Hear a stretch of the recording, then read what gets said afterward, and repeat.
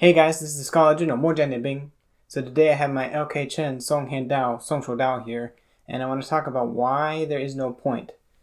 Now, a lot of people will see this and they'll say, why doesn't it have a point? Because a point will give you the option for thrusting and can pierce through clothing and potentially pierce through armor, and that's a pretty big advantage, right? Why are you limiting yourself by not having this point?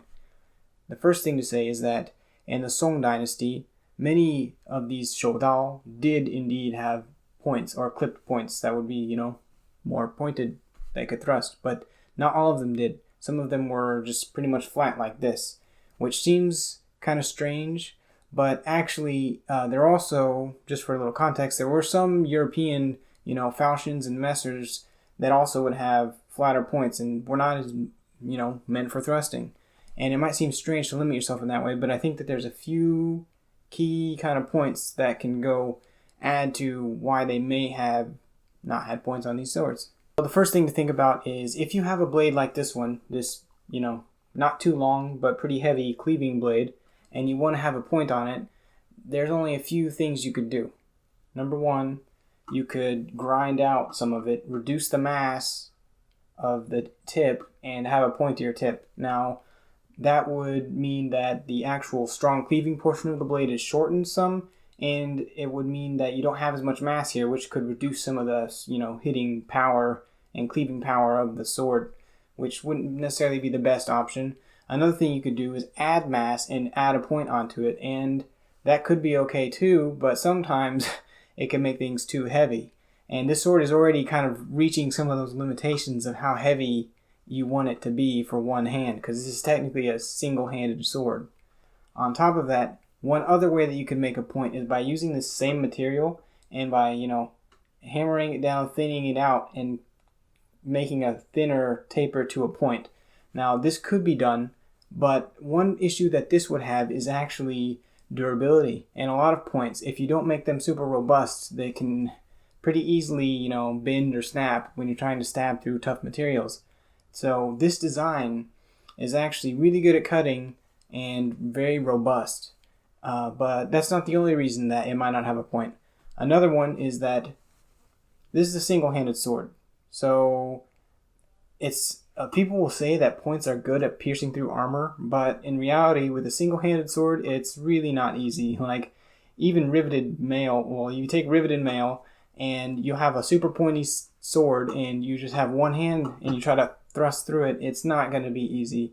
And lamellar armor, which was used in China, there's a general consensus that it was, used and very useful because it could, resist arrows, and it was primarily optimized for resisting arrows.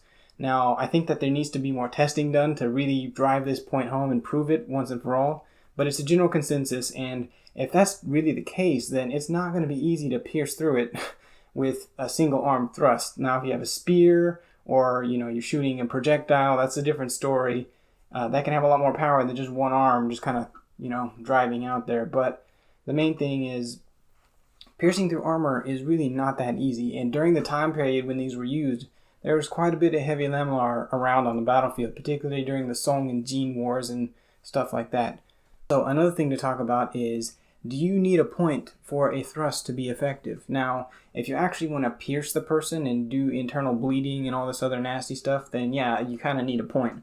But using a thrust with something like this can still be effective for a few reasons. Number one, it still hurts. Nobody, everybody will say, oh, this isn't good at thrusting, but no one wants to be jammed in their face. It's not going to feel good. And, sometimes types of armor have open, faces, and, that can still do some damage, and it can influence the fight to a degree.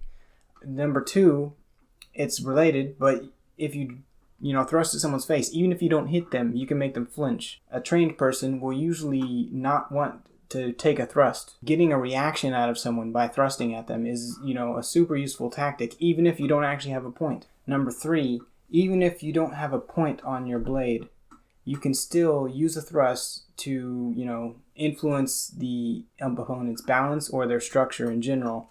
And that can be super useful because let's say someone's stepping forward into you and you give them a thrust right in the chest as they come in.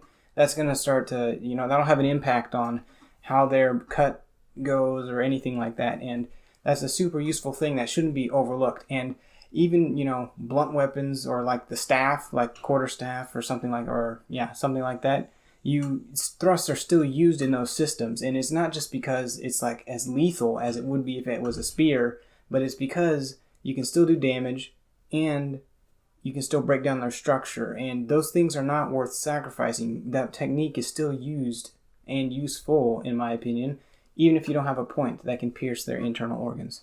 So those are my thoughts on why this Song Shou Dao doesn't really need to have a point. I look forward to seeing what you guys think, and always leave feedback in the comments. I read a lot of comments and I love a lot of feedback I get. You guys are super smart and will point out errors that I have all the time. It's great. So thank you all for watching, and please subscribe. Don't forget to stay sharp.